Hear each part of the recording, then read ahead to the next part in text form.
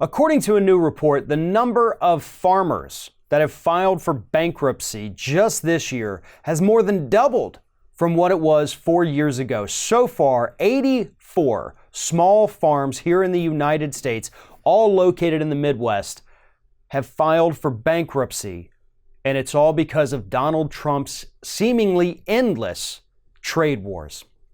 See, what's happening right now is that these trade wars are absolutely killing farming exports. Majority of these 84 farmers that have filed for bankruptcy actually live in Wisconsin. These are Wisconsin farms. You have others in Minnesota, Montana, North and South Dakota, but Wisconsin is the largest concentration there. These are all states that voted for Donald Trump.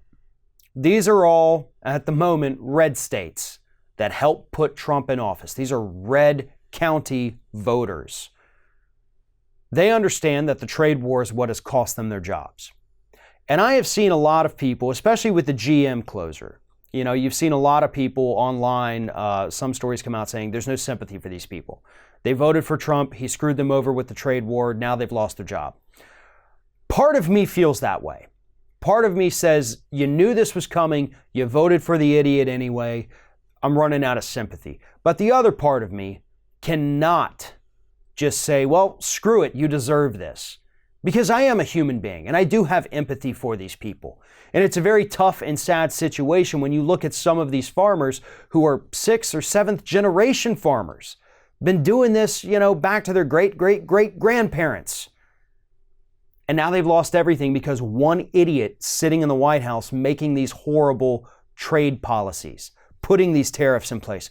$300 billion worth of tariffs on goods. And the retaliatory tariffs placed on us by other countries are almost equal to that at this point. So yes, it's going to continue hurting small farmers. It's going to continue hurting the automobile industry and the steel industry and every other industry, the clothing industry here in the United States. We're going to see massive, massive layoffs. We're going to see more and more bankruptcies. But to a guy like Donald Trump, a guy who thinks that bankruptcies are just part of doing business, which we can see through his business history, he doesn't care, especially because he's not the one filing for bankruptcy. The big question is, are these people going to remember?